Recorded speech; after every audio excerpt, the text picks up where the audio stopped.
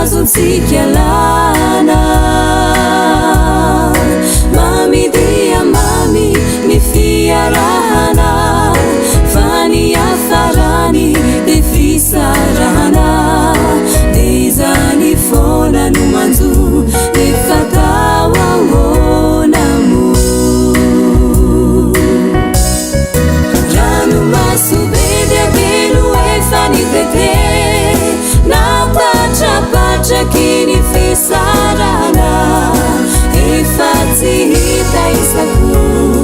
ireo naratrampo vodona mafika tsy laitra no sitranina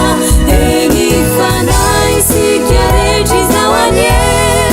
de miandry fotsiny ny fisarahana fiainansika nefizany raha mbola eto antany mampitomany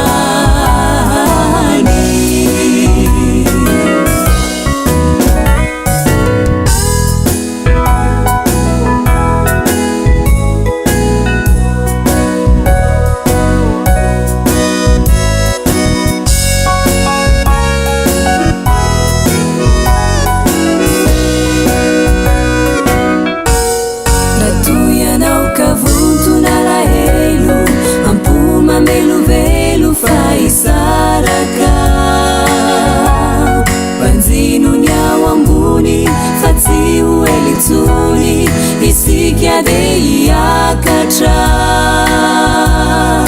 oavignano ionatsika rehetr'izao tsy hireuava nefa lasa nanandao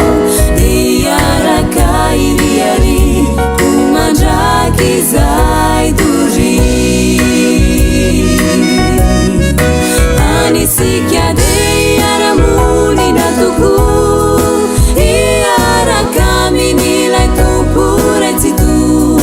tsy hisintsony ny toreo fa tapitratreo ny asoparana natao ny fisarahana ka na de vala elo azy sikaneo de zao nataovy antsaina haritadidio tsy maintsy mboly farana ny fisarahana rehefa ny andao